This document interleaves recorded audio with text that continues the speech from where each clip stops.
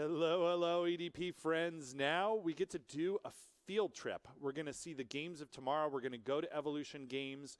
And Heather Cole, goddess of Whova, has placed in the announcements section how to get to Evolution Games. But before we do that, it is my profound pleasure to get to introduce someone, and I'll embarrass him, who's a former student. And my gosh, you wish all your students turned out this well. Todd Haushalter joins us live. Todd, how are you doing? I'm great, Bo. It's good to see you. It's good to see you too, brother. You are in Riga, Latvia. Really, gosh, what an amazing global footprint of EDP. And before we get into substantive conversations, I need to tell you, these folks who are attending EDP this year just got their team assignment, which I'm trying to remember. When you went to EDP, did you do okay in the competition? I don't remember. How'd you do? We didn't finish third and we didn't finish second. Where'd you finish? I believe we won. You won the thing. So what recommendations? These are people who right now are overwhelmed by the assignment, the enormity of the task. What advice would you give them, my friend, at this stage of EDP? I'll tell you exactly what we did. And I think it's an A strategy. I don't know if anybody's going to follow it, but it's divide and conquer. So I think a lot of times when you have these kinds of team events, there's a natural desire to sort of do this kumbaya, we'll all kind of work on everything together. What we did was we said, like, you're like, in my case, it's like, okay, Todd, you like to speak. Great, I'll take the presentation. You're a great writer. You two or three people work on that. You two, three people work on research, and you feed information to the writers. And everybody was useful. That's how you would run a company. Why wouldn't you run your team that way? Yeah, divide and conquer it you did. I remember you're sitting right next to a young gentleman from Ohio named Andrew Burke. Whatever happened to that guy? I believe he's CEOing it now. Oh, is he? Wow, no, I thought that guy was going to end up in jail. My God, I'm glad to hear it. That's good to know. Wow, he's CEO of Blueberry now. No, what a fascinating lesson on building your network. And speaking of building of networks, before we get into Evolution Games and what they're about to see on the field trip, you have a very interesting meet cute story, is what I believe they call it in the romantic comedy genre of film. You met Roger Snow in a very cute way. Can you share that conversation? Yeah. So I knew who he was. I was working at Win at the time, and I knew he was this prolific game inventor, and we were licensing all these games that he had invented and everything. And so I was looking for kind of an excuse to call him, and I finally found one we had an issue with one of the games, so I picked up the phone and I called and I asked for him, and I got him on the phone. And I was like, for me, it was like I'm calling like an idol or something like that. Some kids look up to LeBron James. I looked up to the leaders in what I want to do, and that was Roger Snow, and still is. And so I get him on the phone, and he's just like the most casual and playful, and it sounded like he was like tossing a ball up against the wall as he was talking the whole time, and he was just kicking ideas around. And then he would go on to later end up hiring me away from Win. And I took a job with Shuffle Master, and they sent me off to Macau and then brought me back to Vegas, and I had a number of roles in that company, and it was great. I still look up to Roger. He taught me how to make games, literally. He said, this is how you do it. Here's how you should think about it. And here's, don't do that. It was awesome. Incredible. That's awesome. Great well, I want to ask the question that is kind of the journey story question. But before I do that, attendees, if you have questions yourself, and hopefully you do at this stage, because A, you've learned that that's the way we roll, and B, you've seen the video that Todd has produced exclusive for EDP describing what you're about to see on this field trip. So surely you have a question of somebody who is changing the game quite literally. But tell us how you got to Evolution, Todd, and tell us what was appealing to you about this role in particular and what it did to disrupt an entire industry. Yeah, it was the job I thought I would never take. I mean, I had an incredible gig. I'm vice president of gaming at MGM Corporate, office at the Bellagio, and I'm like, I've arrived, I'm never leaving, etc. So the Evolution guys come along, and they're like, listen, we're changing the shape of gaming here. The same way almost everything land-based has been disrupted by that and its digital embodiment. We're doing the same thing, and you'll have complete freedom. You know, this is like your two backgrounds combined, part products, part land-based operations, and you'll have freedom to basically create the games of tomorrow and beyond. There's nothing limiting us other than our imagination. And so I'm like, okay, well, I got to look up on a map, where is Malta? And you Google it and you're like, okay, that definitely looks like a place I could live. And Yeah, ain't bad. yeah, exactly. So then I said, okay, got a chance to go live in Europe, got a chance to go work in online, which I knew was going to be the future. I just wasn't sure how I was ever going to get into it. And so I said, okay, where do I sign? It's great. And from the time you and I met, which is almost 20 years ago, my friend, Yeah. you were always open to that. You were always, when somebody would ask you a question, you'd say, okay, and you'd go after it, whether it was, heading off to Macau, heading off in the opposite direction, to Malta. Your answer was often an enthusiastic, okay, yes, let's go after it, let's explore it. And I think once more that epitomizes the EDP experience. Can you share with us just a little bit before we turn it over to Jim, who is gathering questions from the audience? Write the audience down in the Q&A section. What was your EDP experience like? Because in retrospect, that was at a transformative period in your own career. I'm sorry, but it cut out just for a second. Can you give me the last 10 seconds? Yeah, just what was your EDP experience like? Because that was a period that transformed your career in retrospect now. Yeah, so I was super lucky. So Gavin Isaacs was running Shufflemaster at the time, and he tapped me to go to EDP. He said like, okay, we're trying to send some of our fire starters to EDP, and it was incredible. First of all, I had this impression like, oh, it's kind of a vacation in Lake Tahoe kind of a thing or something like that, and I didn't realize how incredibly intense it is. But I tell you what, I formed relationships with people. One of them you mentioned, Andrew, earlier, and others. You realize what a global thing it is, and it continues to run on. You're not done after graduation. It's become this elite group of people, and I don't know. I feel like we almost need a secret handshake or something like that, because like I'll see like Andrew McDonald or something like that. I saw him just before COVID in the Philippines, and this is one of the biggest guys in the gaming industry, and inevitably we end up talking about you and EDP and stuff like that, and Roger and these different people. And it's becoming sort of like a secret society. When did you go to EDP? It's a skull and bones thing, right? Like we do need a secret handshake. Yeah. Jim needs to invent that. Like an expected thing. Like, oh, if you're a player in the gaming industry, when did you go to EDP? Well, it's very kind of you to say, and we're very proud, of course, of our alums like you. Jim, I don't know if you're there, but if you are you inventing a secret handshake right now? Yes, we're working on it. It's a combination handshake and dance. Oh, that's great. That's great. Yeah. Well, with your soulfulness, that's sure to be an eye-opener.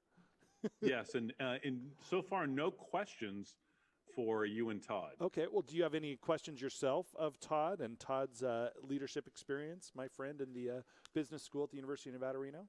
Of course. So Todd, evolution seems to be very disruptive in the gaming industry. Where do you see evolution 5 years from now? What's the expansion path? What's going on? Yeah. So we are buying the biggest slot company in the world, online slots company in the world. That'll be done in 2 weeks. And so then we'll have slots plus tables plus game shows. And I think if I'm allowed to dream a little bit, I feel like there's a lot of stuff in land-based that should be done. And I'm not sure it's naturally going to get done. And so, well, I mean, just for simplicity, why shouldn't there be game shows happening on casino floors? Why should it just be slots and tables? Why can't there just be an entire section where there's giant wheels? It looks envision like The Price is Right, but you could bet along on terminals. And I think there's a real natural opportunity for that. And I think evolution could and should be involved. So that's an opportunity. I think the way we everything is going to increasingly transition to the phone for sure. I think just generally you're going to see games, casino games, and we'll be part of this. Casino games will look a lot more like the hyper casual games on your phone. So if like, just think of like Angry Birds, but a slot. I'm not talking skill based. I'm just talking different form factors. Think like Candy Crush, but in the form of a slot. I think that's almost a sure thing that you'll see slots start to take a slightly different format. Things like that. Well, once again, today the theme of the day is the crisis that is an existential one. What happens when they stop enjoying our games or playing our games? When is our Blockbuster and Netflix moment? Roger Snow talked about a Sears Roebuck and Amazon moment, right? You can come up with so many illustrations of when an entire industry disappears because they were bad at seeing what was next. They were bad at understanding that somebody was looming, trying to knock them off of their perch. And then when they did appear, they didn't take them seriously. So our position throughout is that we should not only present crises at EDP, we should present solutions. And your inspirational little company, which is not a little company, is one solution. Tell us a little bit about what they're about to see when we go on this field trip, Todd. What will they see at Evolution? Yeah, so you're gonna log in, and I think everybody's starting with $10,000 in their account. So spend it wisely, and you're gonna enter the lobby, and there's probably like 100 games, 100 tables to choose from in the lobby that you can experiment around with. I recommend you click on the top games tab. You'll see it there. It's gonna be quite obvious, and just wallow around in those games. And one of the things you're gonna see is it doesn't matter what device you're playing from, phone, tablet, computer. You'll see just how everything's easy. Everything's intuitive. That's one of the things that we really strive for. And I would say check out the game shows. You can see how many other players are on the tables. So you can sort of choose by popularity if you like. And some of these game shows, if you haven't checked them out or seen them on YouTube or anything like that, definitely give it a look. This is what the future, well, the present and the future of gaming looks like. And I always say, like if you saw my presentation, I'm talking about Netflix, and you've got to compete and be increasingly more entertaining. That's what these game shows are looking to solve for, is a more entertaining gambling experience. So I would play on those. If you're trying to win the tournament, you're probably going to have to catch, because there's a lot of people, so you're probably going to have to catch some good luck. And the game shows have a chance to bet small and win big also. So I think that's a good opportunity. Also, go and check out classic blackjack games. Notice things like the fact that we have clear plastic shoes. That's to show a certain degree of trust to the skeptical online player, and all sorts of things like that. Check out the roulette. We have a lot of roulette games to choose from every possible thing you can imagine. You can play in your own language, most likely. We have 18 spoken languages. We have a long list of questions, Bo. Oh, my goodness. If we can jump in. Yes, jump right in, Jim. Jump, Jim, jump. First question, from JT Manning. How does Evolution tailor their widely broadcast games for jurisdictional restriction? Yeah, so we try to push everything we can into a jurisdiction. It's very challenging at times. And it's just a lot of development. For example, in Sweden, at the top of the screen, you have to have the 800 number that you can call for problem gambling, and you have to have opt-out buttons in other markets.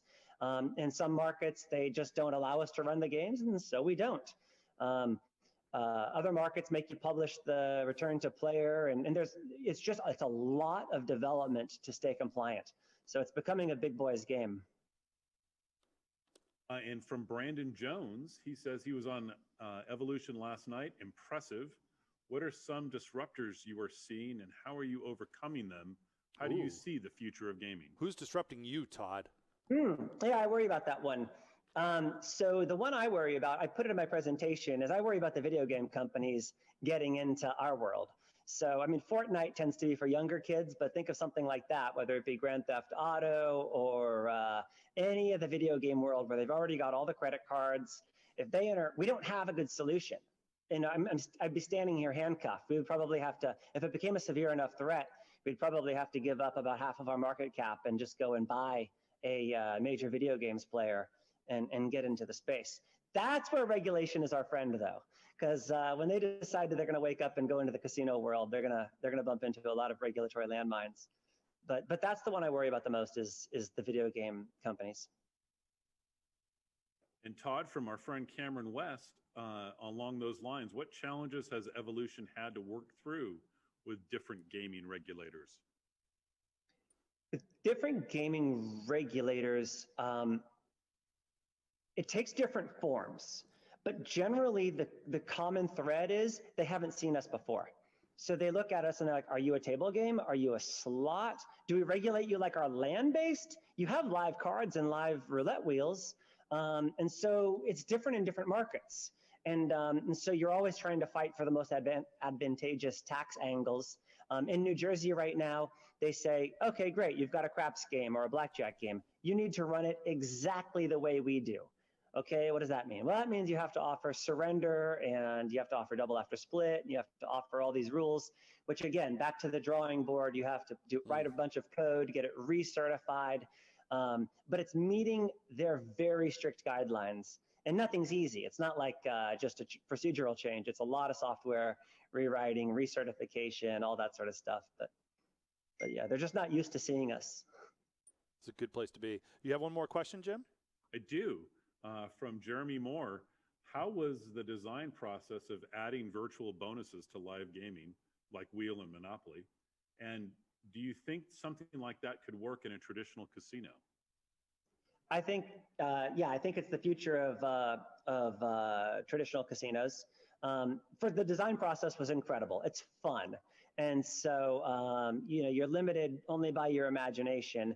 And I think but the real hook in bridging virtual with land-based is that you can do anything. So before you had virtual or electronic elements on a table, you were sort of limited. So let's say you have a side bet that's going to pay 10 to 1.